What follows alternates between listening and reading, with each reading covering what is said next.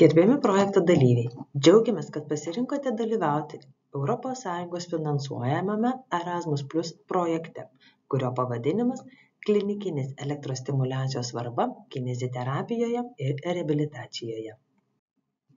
Pagrindinis projekto koordinatorius yra Pamukkale's universitetas įsikūręs Turkijoje. Kiti projekto partneriai tai yra universitetai iš Turkijos: Hatay Mustafa Kemali universitetas, Başkent universitetas, Süleyman Demirel universitetas, Budur Mehmet Akif Eroi universitetas. Taip pat partneriai iš Rumunijos atstovaujantis Krajovos universitetą, bei partneriai iš Lietuvos Šiaulių valstybinės kolegijos atstovauja šiame projekte. Asocijuoti projekto partneriai yra Turkijos, Rumunijos, Lietuvos ir Estijos kineziterapeutų asociacijos ir draugijos. Noriu Jums pristatyti antrąjį modulį, kuris vadinasi elektrostimuliacijos srovės, bei šio modulio submodulį 2.3. Ultrastimuliacinės arba Trabero srovės. Šį modulį anglų kalba parengė Süleyman Demirel universiteto dėstytojas dr. Mehmet Durey. Modulį įgarsino Šiaulių valstybinės kolegijos reabilitacijos katedros docentė Vaida Aleknavičiūtė Aplonskė. Trabero srovės. Trabero srovės šiandien yra dar vadinamos kaip ultrareis arba ultrastimuliacinėmis srovėmis.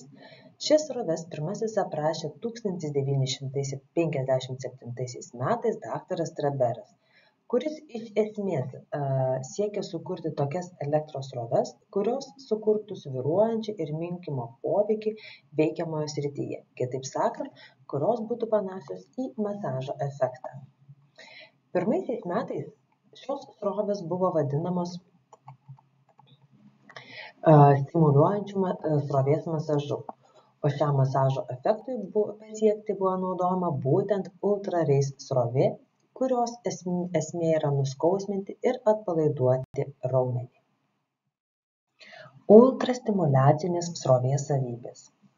Ultrareis srovės dažnis yra 143 Hz. Srovės periodas arba stimuliacijos srovė, kaip vyksta, tai parodyta pirmajame paveikslėlyje. Srovės trukmė maždaug yra 7 milisekundės, kuomet yra 5 milisekundžių poilsio intervalas po vienafazio stačiakampės formos impulso, kurio trukmė yra 2 milisekundės. Ant odos naudojama ultrastimuliacinė srovė apjungia galvaninės srovės ir sensorinius nervų stimuliavimo poveikį. Ultrareis srovės galvaninis komponentas yra maždaug 28,5%. Trabero srovė turi kintamą stiprumą, bet fiksuotą polių ir srovės kryptį. Srovė ypač naudojama simptomų moduliavimui. Po srovės taikymo pacientai jaučiasi atsipalaidavę, lyg po masažo poveikio raumenims, kurį seka nedirginantis pliūpsnio pojūtis. Ultrastimuliacinės srovės poveikio mechanizmas ir paskirtis. Vienas iš pagrindinių efektų mechanizmų yra autonominis šios srovės moduliavimas. Ultrareis srovė padidina parasimpatinį aktyvumą ir sumažina simpatinį aktyvumą. Dėl šio poveikio srovė nuskausmina, atpalaiduoja raumenų spazmus, skatina kraujotaką ir skatina raumenų kontrakciją.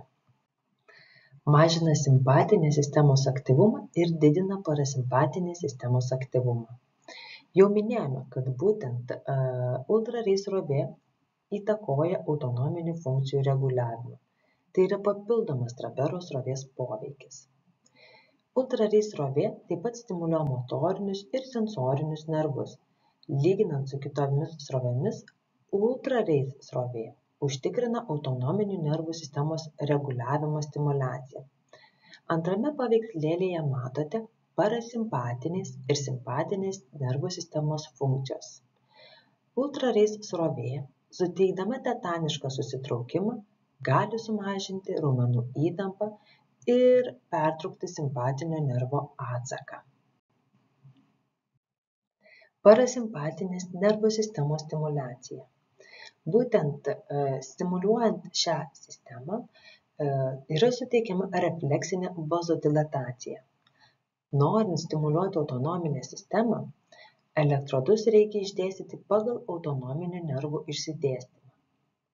Todėl yra labai svarbu, kad kineziterapeutai išmanytų ir žinotų autonominių nervų anatomiją. Skausmo malšinimas. Vienas iš labiausiai paplitusių ultrareis srovės tikslų yra skausmo malšinimas. Naudojant ultrareis srovę, gilus ir paviršinis skausmas gali būti blokuojamas iš bet kurios nervų signalo keliavimo vietos. Ir maskuojamasis poveikis, kurį sukuria ultrareis srovė, pasireiškia kaip slopinimo skausmo perdavimą stimuliuodamas kitus aferentus, kadangi ultrareis srovės dažnis yra didesnis negu kitų srovių, tai yra 143 Hz ir ypatingai tai yra didesnis nei skausmo skaidulų, kurių laidumo greitis yra lėtas, būtent tokio tai ir lemia skausmo malšinimo arba maskavimo efektą. Ultrareis srovė skatina sensorinę stimuliaciją. Stimuliuojant greitai susitraukiančias eksteroreceptyvias nervinės skaidulas yra blokuojamas skausmas, kuris ateina iš nugaros smegenų lygmeniu. Be to sensorinis stimulas skatina opioidinių peptidų išsiskyrimą, o tai leidžia stipriau moduliuoti skausmą. Tai yra pagrindinis ultrareis srovės skausmo valdymo mechanizmas. Opioidų peptidų išsiskyrimas yra labai svarbus šios stimuliacijos atveju. Dažniausiai Trabert srovė naudojama stuburo skausmo modeliavimui. Dažniausiai tai yra juosmeninė stuburo dalis. Kartais yra taikoma krūtininiai stuburo daliai. Taigi, skausmo modeliavimo efekto mechanizmas stimuliuoja storas, mielinizuotas aferentines skaidulas pagal vartų valdymo teoriją. Be centrinio skausmo mechanizmo Trabert srovė valdo skausmą, įjungiant vartų valdymo mechanizmą. Gydymo derinimas su vakuumu gerina skausmo malšinamąjį poveikį ir palengvina dėl skausmo apsunkusios juosmeninės stuburo dalies judėjimą. Elektrodus kineziterapeutas išdėlioja atsižvelgdamas į skausmingos srities savybes. Ir vienas iš variantų, kaip gali būti išdėlioti elektrodai, yra pateikti trečiame A paveikslėlyje. Paprastai dedant elektrodus, pacientas turi gulėti ant pilvo, jei yra ypatingai skausminga, gali būti padedamas nedidelis polelis po dubeniu, tai yra maždaug po priekiniais viršutiniais klubakaulio dygliais. Na ir jei pacientas turi juosmens skausmą radikulopatiją arba disko išvaržą, tai yra tinkama elektros stimuliacijos būdas malšinti ir skausmą ir gerinti funkciją. Minėjome, kad Trabert srovė turi masažinį poveikį, o šis masažo efektas atpalaiduoja raumenų spazmus, skatina kraujotaką ir suteikia raumenų mechaninį stimulą. Ultrastimuliacinė srovė skatina tetaninius raumenų susitraukimus, kurie mažina simpatinės nervų sistemos aktyvumą ir raumenų įtampą. Ir autonominės sistemos poveikis veikiant ultrareis srovei plečia kraujagysles. Trabero srovė skatina kraujo apytaką įvairiais būdais.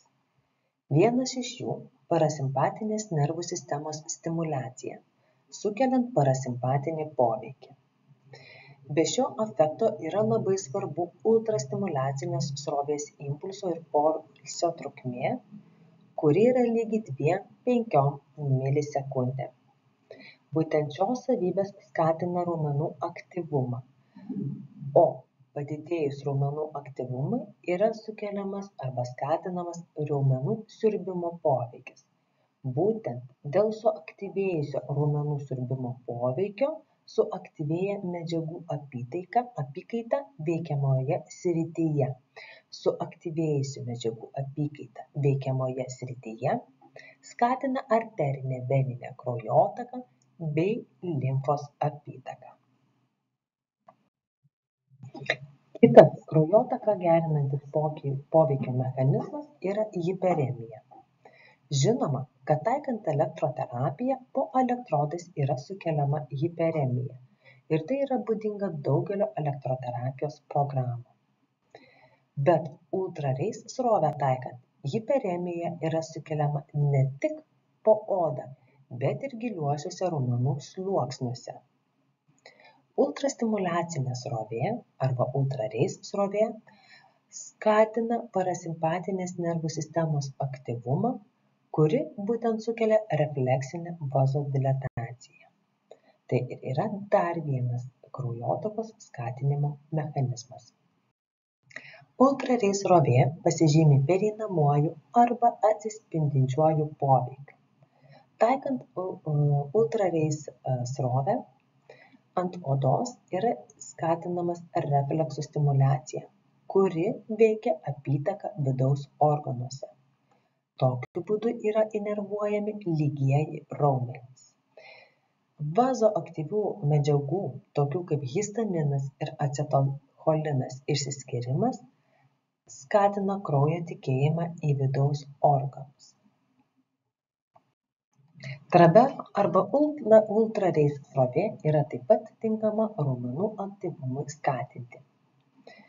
Būtent tai veikia per stimuliacijos ir poilsio parametrus. Taigi, ultrareis srovės tikslas yra sukurti raumenų susitraukimą ir užkirsti kelią atrofijai. Dažnai taikant ultrareis srovę, plika akimi sunku pamatyti raumens susitraukimus. Todėl yra rekomenduojama, kad kineziterapeutas palpuotų raumenį ir pajaustų jo susitraukimą. Pacientui pripratus prie srovės intensyvumo, ilgainiui sumažėja pastebimų ir palpuojamų susitraukimų kiekis. Todėl reikia nebijoti padidinti elektros srovės intensyvumą. Aktyvavimui.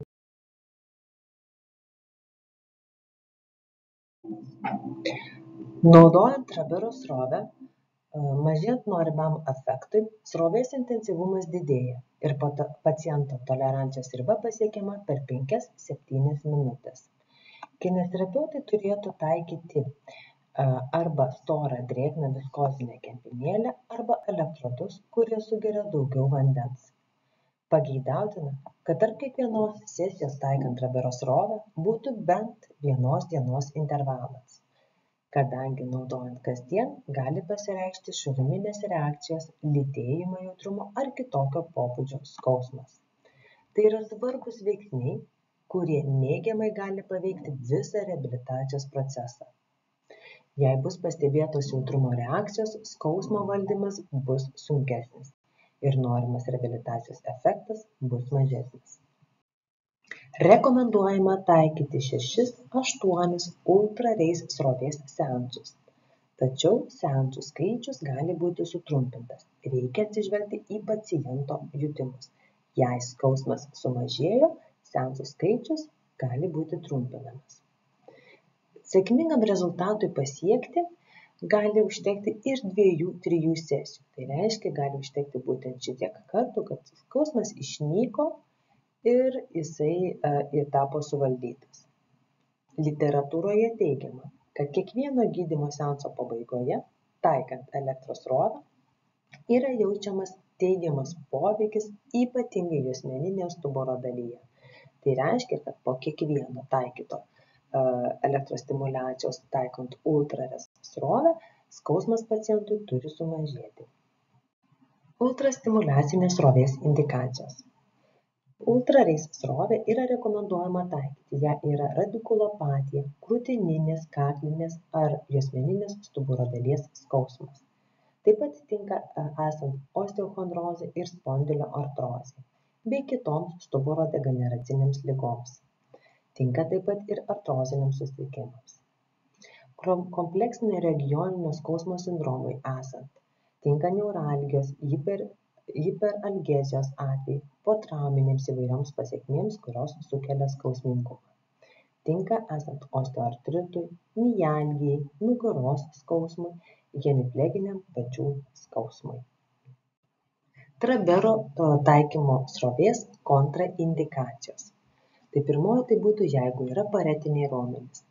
Ir priverstinis raumens stimuliavimas, taikant ultrareis srovę, gali apsunkinti esamą raumenų denervaciją. Taip pat kontraindikacija, kuomet yra metaliniai implantai arba elektrostimuliaciją taikyti šalia jų. Esant tokioms aplinkybėms gali pasireikšti elektrocheminiai nudegimai su elektroforeziniu poveikiu.